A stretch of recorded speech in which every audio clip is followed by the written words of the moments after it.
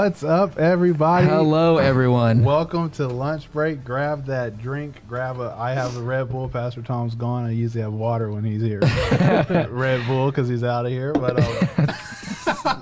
But we join us, like, share, and let people know what's going on. We try to have some good conversations with you guys that glorify the Lord. So we're excited for today's guest. We have Anthony Castro, a good friend. And as you see, I have Tom here. I'm Tom. But not the normal Tom. This is not Tom the older Holland. Tom. No.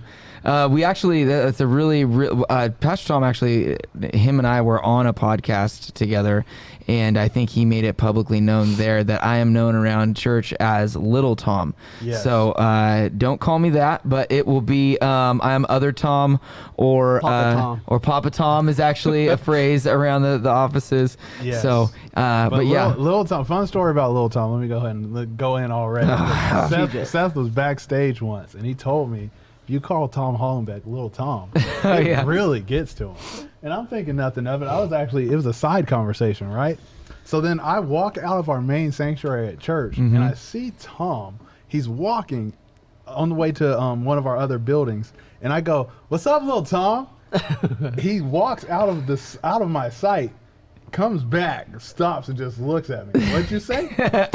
And I go, said Little Tom. And of course, I learned that it truly does irk him. So just a little bit. It is what it is. I keep it in my pocket in case I ever want to just make him mad a little bit. But we have so much to get into today. We have a great story. I called your story, Anthony, a redemption story, because I believe a lot of ours are, but yours really stands out. But before, we like to go into viewer questions. Like every week, there's a question from a viewer that we like to get into. So I want to read this one. This one was from last week. Yes, this is from last week. We had EJ on, and if you remember, he was a president at CSUB, and he worked his way up the ranks. And the way he got in was he mentioned that he found a job. He found a place where no one was filling that job and created a job for himself. So one of our viewers said, how would you go about finding what others don't want to do and start doing it? And I'm going to start.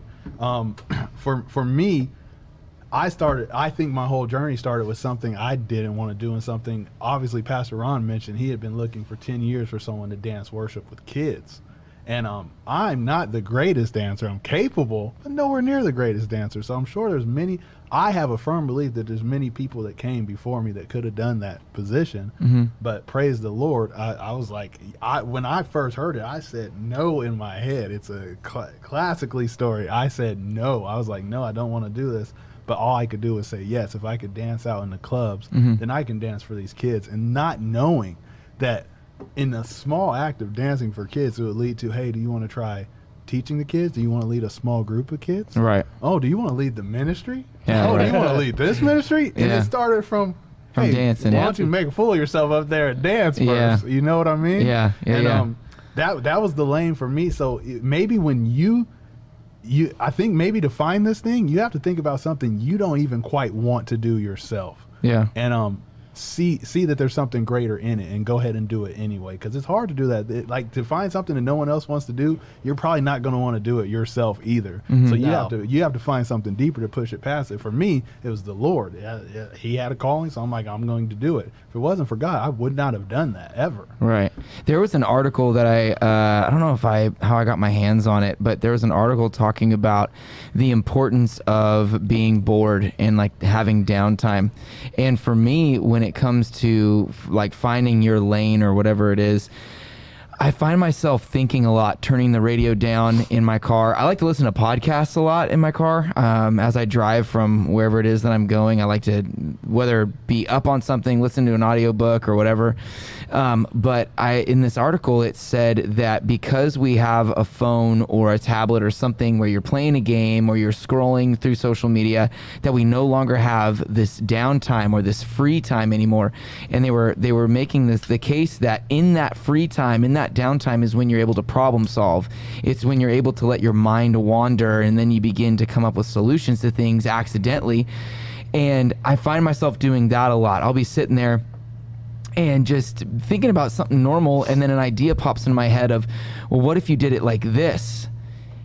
or what if this thing happened this way, or what if you talk to this person, and it might be a little bit tied in with the Holy Spirit. Not sure. For sure. Yeah, because there have been a lot of times where I'm like, yeah, I'll go that direction, then it works out and something happens or an opportunity presents itself, and I'm like, God, that was all you.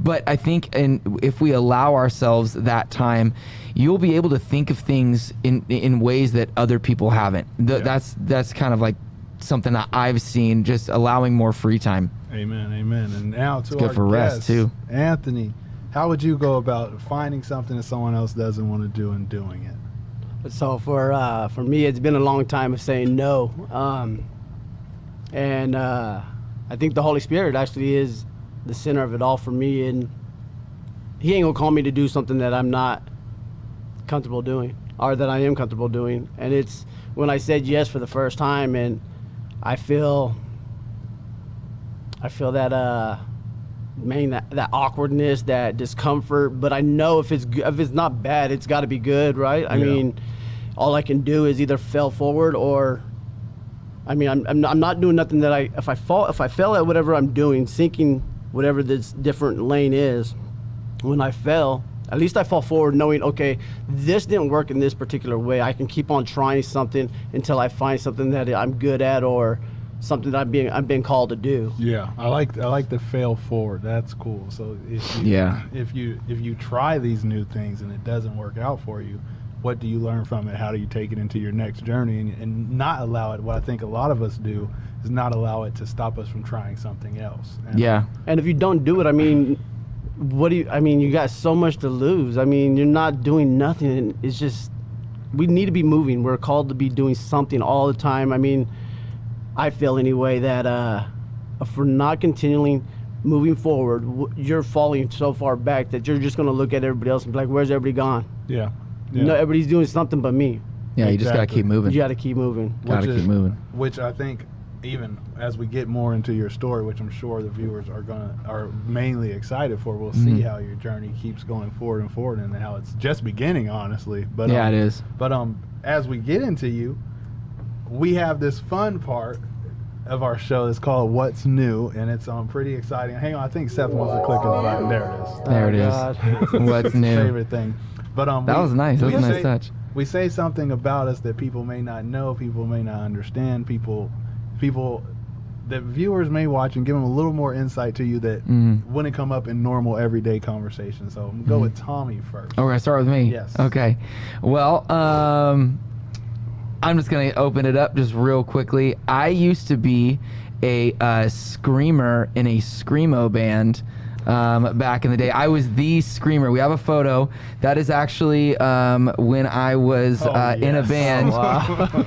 And the band is called the band was called Alma Mater, and I was like the screamer, which is so funny because now like singing and like I'm talking like straight up exactly what you would think of when it comes to like screaming. I don't know why I got into it. I was listening to some of the old music that I was into back in the day yesterday. Just I don't know if it was getting ready for this or what, but I'm not embarrassed by that at all. I love that was my history, but I used to be straight up like screamer, like highs and lows and rocking out concerts and stuff. Like we had people who watched us, and it was fun. So it was cool. Have a little scream. Maybe we end today's episode with a little scream. No. I can't. No way. But yeah, that's a little fun fact for me. I used to be a screamer. Tracks I can find? You might find some stuff on YouTube. Okay. You might find some stuff on YouTube. I'm not sure. I promise. I'm gonna come through for you.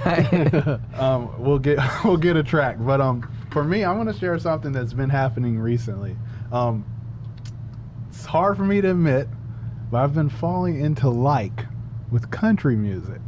Oh. I don't know what's going on, so this is how it's happening. Okay, wait, is it real country music? Yeah, is it real country or is it like pop country? I think it's more pop country, I think. Which isn't bad. I mean, I'm not on some of it's some old school country music, and that's why you're falling into it. I'm happy. I'm learning, you guys, and we're in the wooing stage. That's okay. That's okay. Me liking country music. Fine. But this is what's been happening lately. My wife will usually leave it on in her van. If I ever drive the van, in the olden days, I flip it immediately to a Christian station or immediately to like old school hip hop on my Spotify or whatnot. Yeah. But lately, I just catch myself. You leave it on. And it's not accidental. It's like, this is a good song. And then now you're starting to take the van on Now purpose. I have a small playlist that I'm throwing my country songs on there. And I just never thought I would reach this point in life. Yeah. Where actually by myself listening to country music. So that's a new one. Don't feel bad. I was an undercover Underground country. underground country undercover. So, yeah, it's basically my big moment of letting people know I kind of like this. So if you know any songs I should be listening to, because I'm a novice, Wow. let me know. Shoot me some country songs that I can listen to. It's the Bakersfield in me. It's coming out. I was gonna say you've been here for a long time. I'm surprised you're just now getting into it. I'm just now dabbling into this country music, and now what we've been waiting for. Mr. Castro, what's yours? What is yours? Something new about you that our viewers watching may not know. Like we were talking earlier, I don't think I have many. I'm very open, but you said that someone probably wouldn't know that I play video games. I'm a gamer. I like to get on the Call of Duty. He's a real gamer. I appreciate fellow family man gamers, like, because we know the struggle if you have to find a time. Me and you can only play at late nights. And you know what I love about it is that we do have our own party chat, and it's not all that toxic. Yeah, we go away. We go to our own little group, and we bring in Christ into it. Sometimes we get into our Bible study. Yes, out and of our nowhere. It's we've crazy. had some nights we've had deep And conversations. we got kids as dads in the background talking to us about what is this or what is that, and it's crazy. And then our gamer tag is 1 greater than 99. Yeah, the 199. So it's not your average gaming community. And No. like, when you get in and it's a toxic lobby of just, but when I say toxic lobby, you guys, it's a whole bunch of, the community in the gaming scene will just drop cuss bombs, racial slurs the whole time. It's just all and that. we love that. We'll get the kids and go, all right, let's go to party chat. And now the toxic is gone, but you still have fun playing the game. So it's a real cool thing for some of you guys that have youth gaming. You need to get involved with them, right. because you need to get them out of those game lobbies until they're ready to handle that, because it's a bad world. Yeah. It It's is brutal. So that's been cool. That's been a cool connection that me and him have had. So I thought a lot of people don't know. There's some dads that game now in this new generation. So it's a crazy dynamic. But let's get into your story, because we've known you've done ministry with this man for a long time. Let me first give my respects. One of the most willing servants that I know of, and then your kids, some of the most respectful kids in the world. And then when you see your past, it's you see God in your story already, because your kids are not going down the road you went down. You know what I mean? How did you meet Anthony, by the way? How did I first? Okay, so Anthony's got a great memory. It might be him that we should ask, but I do want to share when I first saw Anthony. I can't You remember. can tell his story, his side. Okay. So I can't even tell. It was at church, but I can't tell you where. I can't tell you what and when. But I remember seeing him. You guys, the guy we see today is not who we saw. Completely different. So he had like the tear tattoos. Was it tears? It was 3 dots. 3 dots. So he had 3 dots. We're not gonna get into all that. No. He had a bald head. Bald. And skin bald. Skin bald. And Jesse's already a large human, and and like he just looked like every gangster that I thought about in a movie. All white looked t-shirt, like that. Yeah, and I just instantly went, "Whoa, that dude looks like a Stone Cold Killer" in my mind. Right. But I was like, "It's dope. I love when people like this come to our church." I'm like, "This is what Christ is about." Yeah. So every time I've seen someone with that look that shows that type of background, I'm always hyped. I remember we baptized a dude who had devil horns and like eyes. Remember that? I do. Right. And like, it's exciting, but it's still like you're still intimidated at first when you see these people. Yeah, like, 100%. What life did they come from? You know what I mean? And I just saw there had to be a past there when you have that type of look on you, and it's very intimidating. Well, so it's cool. The reason I ask is because him and I, like our first interaction, it was almost like junior high, like romance, like where you like, you know, I like him, but I don't want to talk to him. I don't whatever. And like, because what we would do is there was a volunteer appreciation dinner that we did one time, and I came up with a game of everybody doing rock paper scissors, and everybody who won stayed standing, and blah blah blah. Right.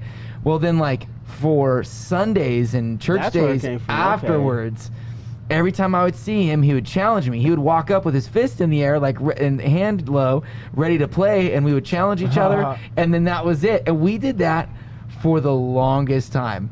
had to be at least Never 3 had years. never had a conversation. Never had a conversation. Didn't talk just to each playing. other. We should lock eyes and it's on, bro. We lock eyes and it's on. We're playing paper, rock, scissors. And then that was just then finally one day it was like, hey man, like you want to get involved? Like, you want to start doing stuff?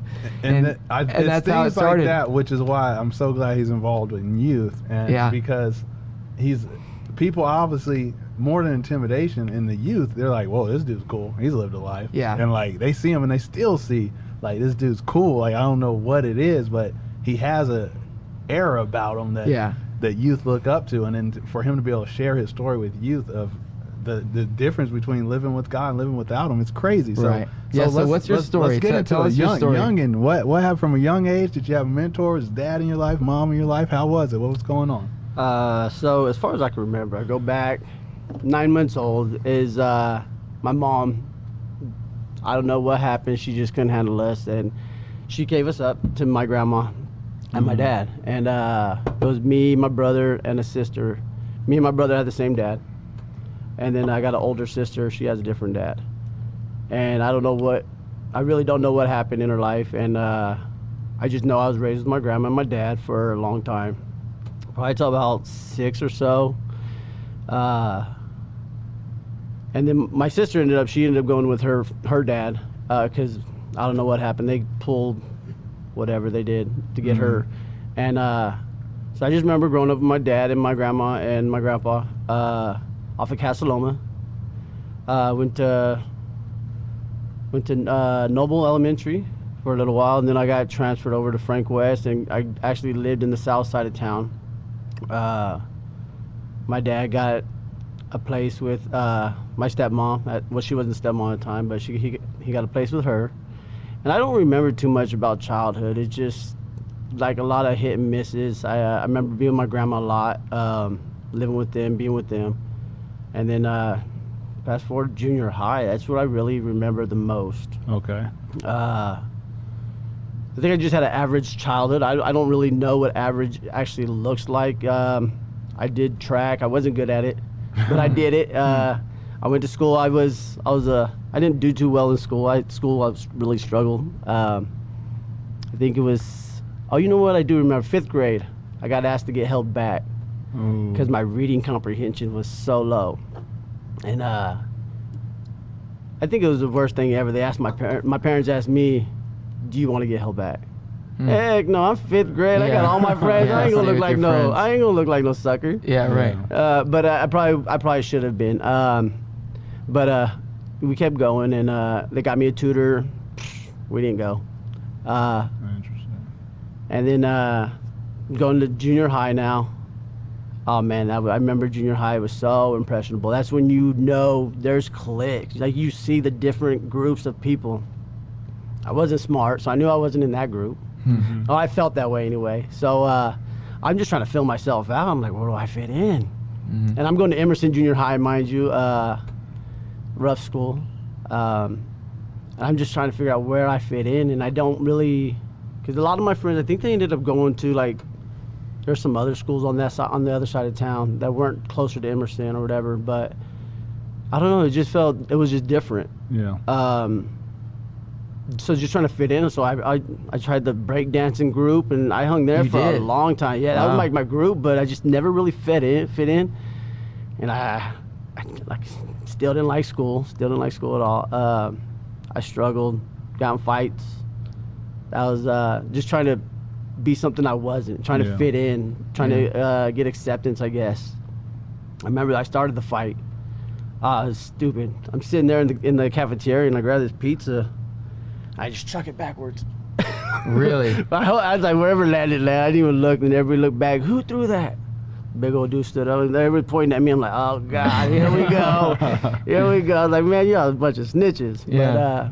But and then that's where I think I started finding different groups of people, and I got into a fight, and I won, and next thing you know, I started getting a different group of guys just starting to come around, hang out, and I had one group of guys that my brother, me and him were 10 days short of a year apart. Okay. So we were pretty tight. Well, I felt we were pretty tight. He always tried to push me away. Mm-hmm. But You know, who wants to hang out with their little brother? Yeah. And then we had a guy across the street from my house that us three were really tight. That was our group. That was our crew, but we weren't always together. One was a year younger than me, and then my brother in grade-wise.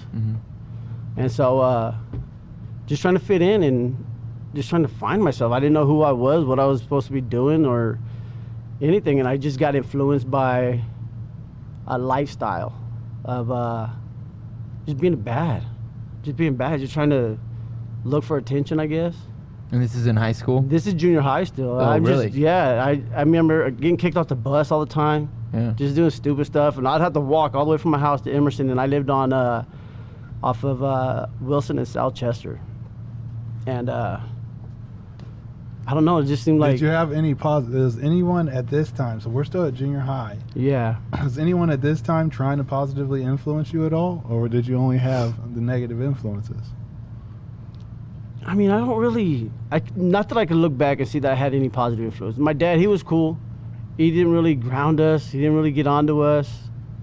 Stepmom, she always tried to get onto us, but I felt like it was like favoritism in our house. We come from a split family.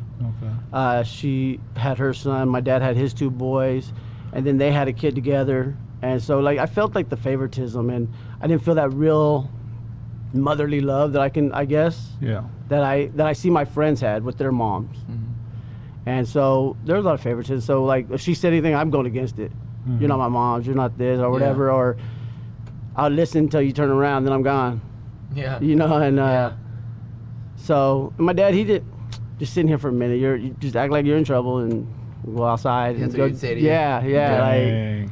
Gotcha. Or you know, it wasn't really there was really no structure. And then those friends that kind of took you in, did they continue in high school too? Yeah. So because we get to a point of rest. These 3 guys that I had, my brother and my best friend, we all hung out, and then I ended up graduating up to high school, and I find out there's these other guys in our neighborhood that lived a little bit further down, and we made a good little crew, and there's like 7 of us now, and we kicked it tough. We even made up a name for our street and everything. It was South End Block. I lived on South End, and man, we do everything together. Any kind of trouble we get into, and man, drugs, alcohol, stealing, anything, and man, that was just... So you guys created your own We set. created our own set, and then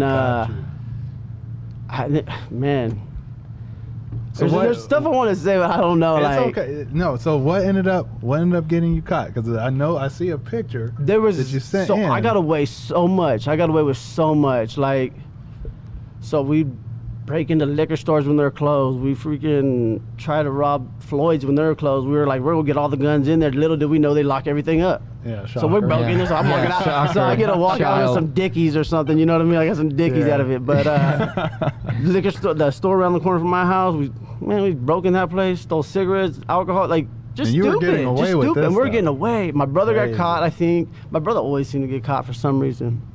And the night that he got caught one time was, I ran home real quick and I crawled in my bed, act like I was asleep. And I remember the cops came to the house, and then they came in. Where's your other son? They come in, they see me in bed, and I was sitting there, you know, breathing hard, act like I'm asleep. My dad's like, "Nah, he's been here all night." No, he hasn't. I'm all sweaty, but my dad didn't know either. He was asleep. We snuck out the window, you know what I mean? Then find out, and I'm like, "Dang!" Like I was minor, slap on the hand, go ahead and go home to your parents. Yeah. And man, I don't know, just a lot of little things just kept adding up. I like to fight. But I never really I maybe had 3 one-on-one fights. A lot of times I've been jumped. Okay. I think that's more because of my size. Yeah. One time I remember walking up to the store, took my little brother up there, and just go get some candy. Some 4 guys came up, "Where you from?" Blah, blah, blah. And so we ended up fighting. Okay, so I actually beat up 4 dudes. I was like surprised. So my little brother ran home to go get my brothers for help. Go back, and man, they trapped him in the store and everything else and beat the crap out of it. I'm like, what the heck? Like, life is getting like kind of real now. Yeah. How old are you then? I'm probably 15. I'm probably about a freshman. Gosh, that's I'm about a freshman. Yeah. And I come walking around the corner, and then the whole family in cars just jump me.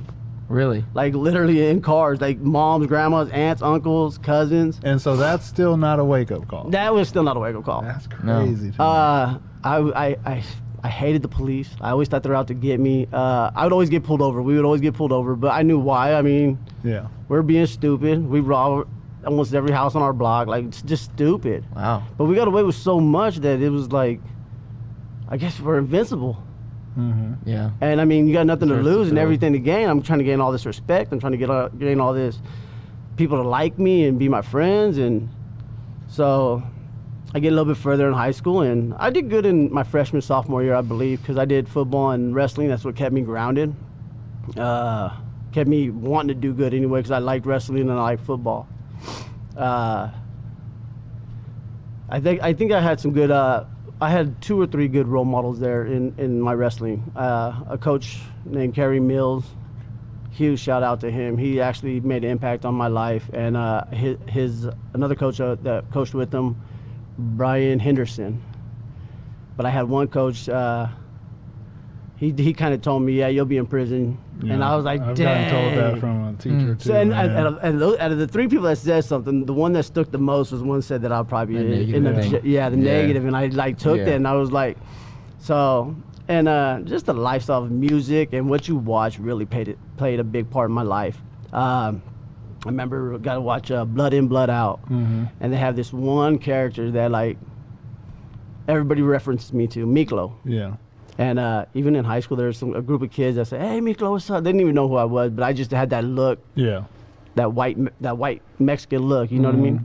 So And then you tried to start living up to it. And I did. I tried. I really did. Like, dang, that dude was somebody. You know what I mean? And so I hate to say it, but I kind of looked forward to going to prison. So I couldn't, I was like, that's how I knew I made it. Yep. And And you made it. I made it. But I got away for so long, all the way till I was 18. I think once I turned 18, I didn't graduate. I did not graduate. So at 18, I ended up getting busted for public intoxication, possession of controlled substance, and then there was like 3 or 4 other little charges that I ain't even gotten to court yet. And then I catch this big one. Me and my brother were together. We had robbed a house, my next door neighbor, and You would think you would go further away than your neighbor. well, so here's what happened. I'm surprised. Yeah, he's hitting Stupid, so everybody I'm close to him. stupid. I'm stupid. I really am. So I told my little brother how to rob a house. My little brother's probably about 9 or 10 at the time. Oh, there you go. And I'm asleep. I wake up and there's a bunch of kids in the house, and I see presents come flying over a fence. Oh. It's during Christmas time, you know, because I told them that's the best time to do it because that's when they got all the gifts. Oh. So I see presents come flying over, and I'm like, dang. I said, everybody get out of my house. Da, da, da, da. And then I told my little brother, what are you doing, bro? Just rip the fence off. We go right through the fence, and no one sees nothing. Nobody knows nothing. You don't see presents flying over. Yeah. And this was in December 23rd. Oh, man, my heart's pounding. So this is what led up to that picture of me in prison. So we robbed this house. I took all the loot. I knew where I can get rid of it real quick. Went and sold it, and I was getting out of a vehicle. There was 3 of us. I had a friend come pick me up because my brother, I don't think he was staying with us at the time. And there was another guy that had the ride, and I called my brother. I said, hey, you guys come pick me up. We'll go get rid of this, and we'll go get some drugs. And the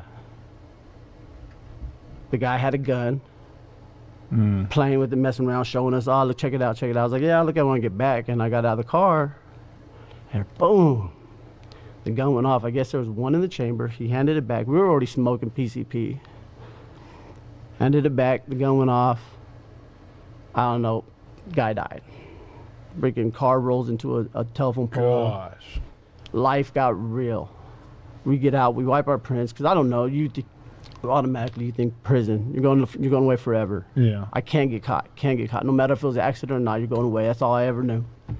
Especially with getting in trouble and everything else. And good for it. He was a friend of ours. And I robbed the house that day. So we had drugs, we had alcohol, and I just kept trying to numb myself for a good 2 weeks. And bro, everything just happens so fast, and nobody really realizes how fast that something can happen. Go from 0 to 100. It gets serious fast. And it gets serious fast. Yeah. And that's what really that's what led up to that picture. But I don't know, man. There was so much I wish I could have done to not be in that situation. How old were you there? I had just turned 18 I get turned Just 18 in at the legal October. age. I turned 18 in October. This happened in December of Yeah. 2000. And I remember I was like, man, we got away. No one's gonna know nothing. And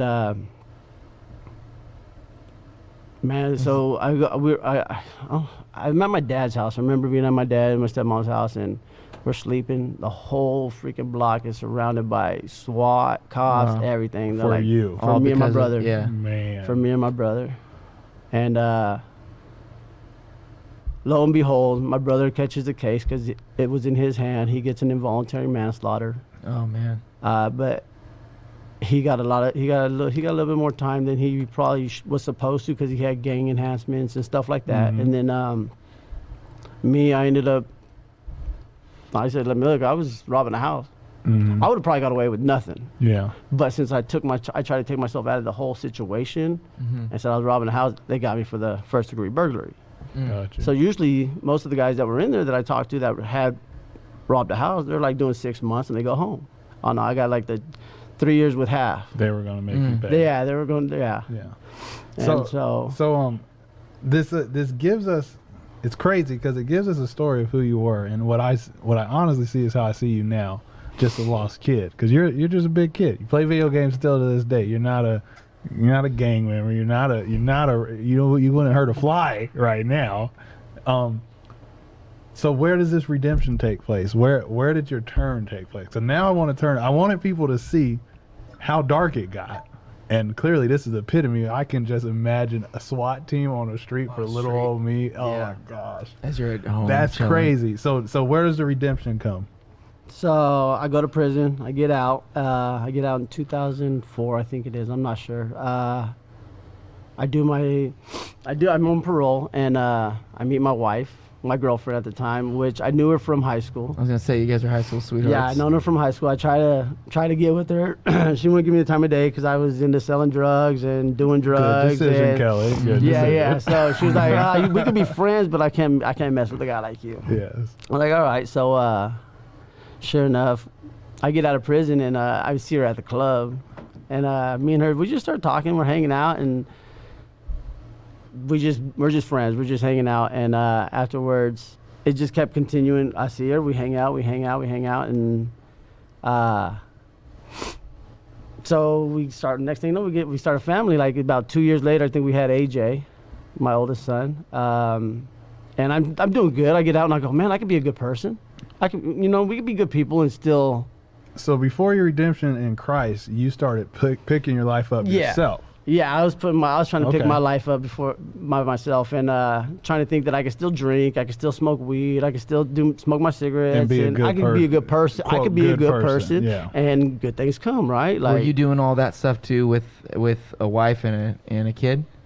Yeah, so I smoked my first joint after my son was born. It scared the crap out. I thought he was dying. His breathing was, because I don't know, you know what it's like. We all Yeah, know what it's we like all to be know. fathers, and you see like that weird, the chest move, the weird noise.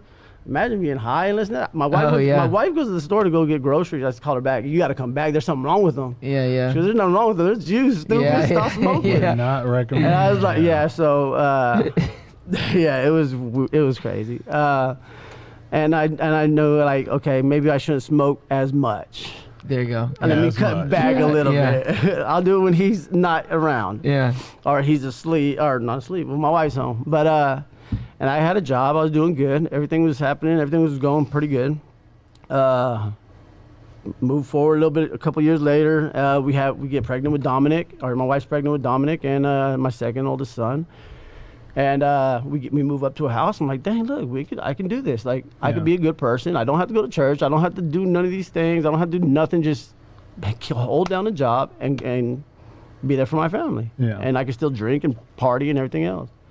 And I did that for, I think Dominic was like 4 or 5.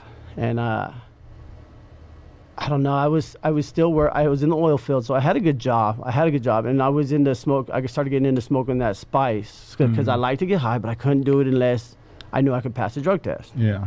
So I got introduced to that spice, and I got so way out in left field. Messes your head up. I was like, what am I doing? And then something happened to my leg. I had a thing called cellulitis. Mhm. Yeah. And I don't even know how it even happened. So I get this bump on my leg, and it's something that's eating me from the inside out. But I didn't realize, like, I'm cool. I just let it go. I don't have insurance anyway. I'm not tripping. And it got so bad. And my wife said, go soak it in the tub. And so I did, and it boom, it busted open. I almost lost my leg if I'd have kept going longer than what I did. Wow. I have a huge scar on my leg, and I was like, I couldn't get off the couch. I couldn't go to the bathroom. I couldn't do nothing. I had to stay right there. And then finally I said, the heck with it. And I went to the doctor, found out what it was. They dug it all out, cleaned it up. And a friend kept on asking, hey, you should go to church. You guys might know him, Janice and David. It was David. Yeah. Oh, no way. David So Flores, they kept on telling us go to There's church. always that friend. You guys, I'm that's like- for the viewers out there. So- Every so- story, there's that friend who's There's always that bugging, person. telling them, hey, So go to church. Janice and my wife are really good friends, and Two they're like great sisters. people, Yes. Janice and David. They're amazing. And so they kept always asking, come to church, come to church, come to church. And I was like, man, nah. Finally, I said, man, if you're going to shut up, I'll go. So I said, all right. So I went, and it was cool. It wasn't for me. It was cool. My kids loved it.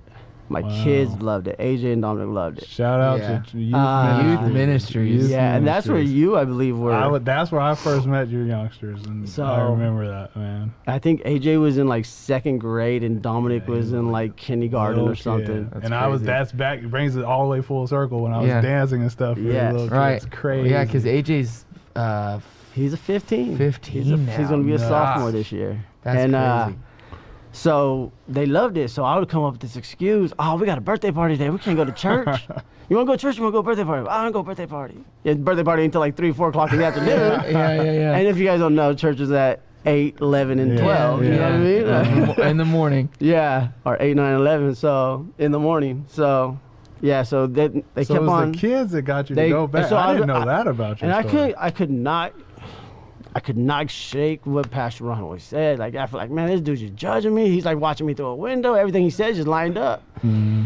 And I think I was a seat filler for 3 years or so. Until finally I made that decision. I said, you know what, I'll raise my. It was that message that hit home. I'm tired of seeing myself self-destruct. I knew there was something missing. I didn't know what it was. And then that message hit. That's what I was missing, was Christ in my life. Mm-hmm. I said, why not? I tried everything else. Why not try God? Mm. And Try God. That's good. I need that on a shirt. I raised my hand. I go to the back. The most embarrassing time. What, the walk? The walk. No, what Oh, I 'cause did for when me, I it's got that back walk. Oh, there. what you did. When I got back there, no, because I was 100%. Like, Yeah. I knew I felt what I felt, and I was like, so I get to this back room, and I get hey, let me pray for you. Write your number down on this piece of paper, and we'll get back to you. Oh, I know this is going. And I was like, that's it. Mm. That's my salvation. That's what my salvation means to you. You want it. Like I didn't think that's what my salvation meant to you, because I didn't know what the heck that meant. Yeah, at the because time. you had, you But had I'm a like, perception. that's it. My life's supposed to be changed. What the Yeah. heck's going on? And I went off. I dropped some bad words. I said some things about. Oh Lord, I didn't know Yeah, this it's all about back your in the story. room. Yeah, so it's you all went back in off that on room. the poor prayer team. Yes, I went off on the, and I was like, that's it. And then my aunt was going there at the time, and she went and found that's Pastor funny. Hector. And then Pastor Hector comes in. He goes, well, what the heck's the problem? What's your problem? Like, why are you acting like this? What is it that you're trying to, what are you trying to accomplish? What are we trying to do? What is wrong with you? And I said, well, I'm messed up. I do drugs, I do this, I do that, I do that. And, Yeah. and you guys tell me this feel-good message, and I'm supposed to be better? He goes, no, you're not yet. Yeah. And he invited me to his Monday night Bible study. Cool. Good job. Shout out Pastor Hector. Yeah, which you went to faithfully. I went to faithfully, and I'd bring my kids would be in the bag doing their homework, like Yeah. faithfully. I don't know how I got blessed with such good kids. Like, Mm-hmm. even before we were saved, they were great kids. Yeah. They could sit in the back and be quiet the whole time.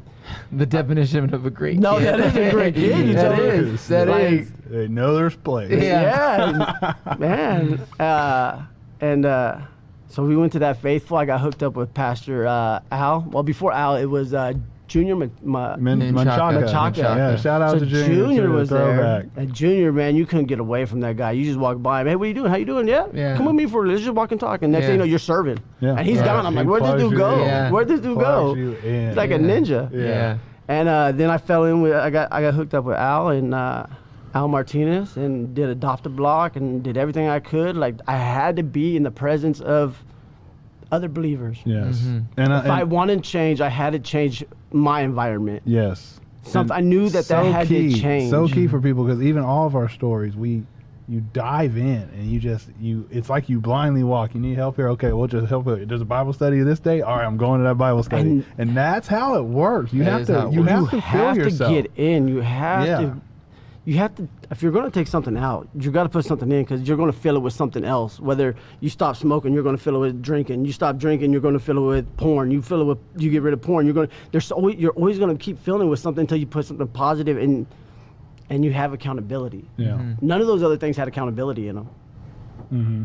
We have accountability amongst each other. And when we are called to do fellowship, like I swear that's God's MO for us to be around each other, to do life together. Right. Yeah. It's called a fellowship. It's a whole bunch of fellows in a ship. I Yeah. mean, like-minded people who are trying to do the same thing, same morals, same thing, especially when it comes with raising kids. You got kids that are trying to, you don't have to worry when you're hanging out with kids that are my being kids taught run around the thing. church like they and own that's the place. why I want to point that out, because you guys, it's trickled down. So from him bettering himself and getting better in Christ, his boys were in the back at a Bible study, probably doing whatever they want to do. I don't think they were studying the Bible. They're probably playing games on the phones. But they now know, growing up from a young age, they saw it's normal for my dad as a man to go to a Bible study. So now they naturally do that. Yeah. His boys, if I have a junior high Bible study, when you were doing high school Bible studies, you knew the Castro boys are going to be there. They're going to come. Right. We got a worship team now. We're building junior high. What happens? Don pops up. He's singing now. Like, so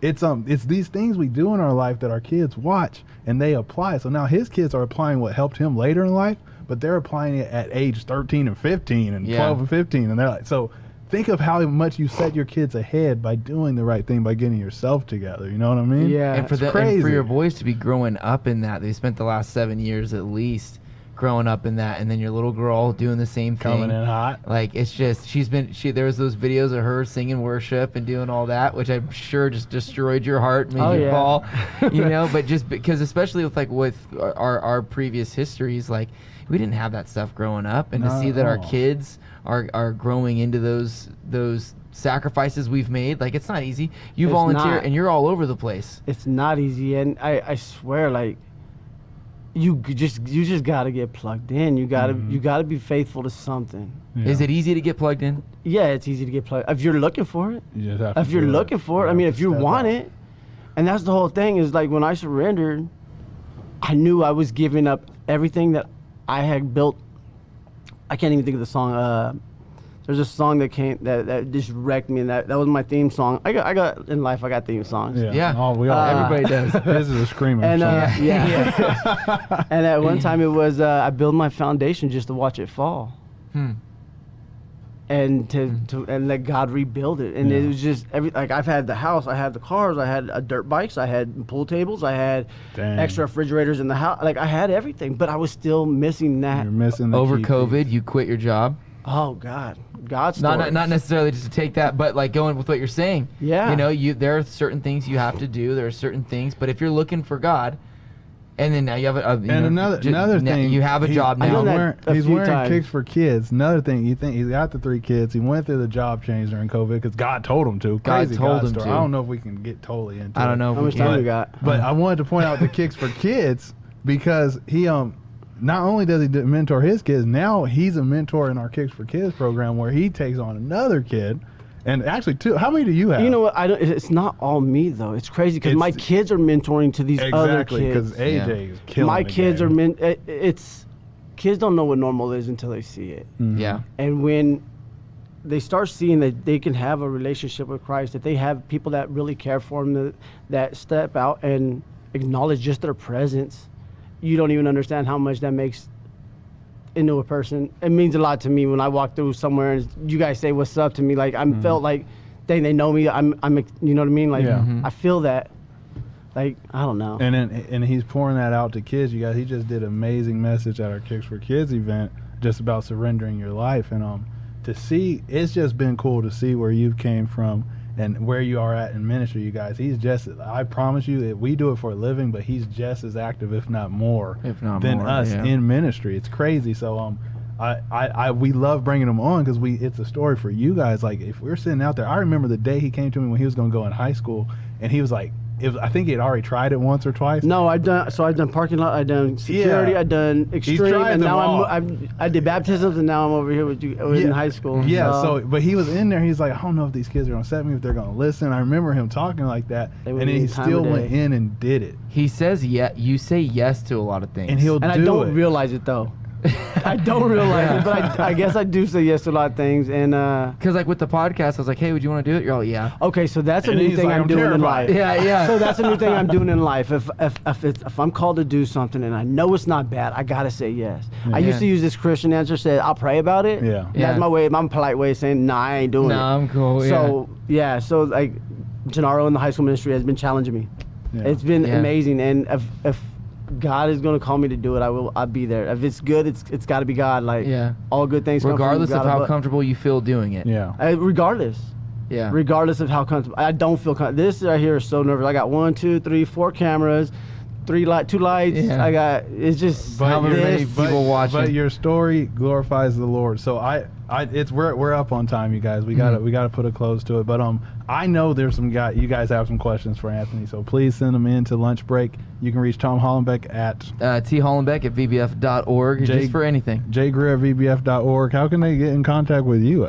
Find me at the high school ministry. You just go to church. Go to church. You're gonna find them. I'm speaking this Sunday, and God has given me an amazing message. Yes. God has been putting on an amazing message in my heart. So go if you go VBF or never visited VBF, come check it out, and you can stop in and see Anthony. But that's our show for you guys. We have a great guest for you next week. Tom Hollenbeck will be back next week, and then after that we have Tom Touchstone returning with he's got to give us something else new. So thanks for watching, you guys. This was Lunch Break. Have a great rest of your day. Bye.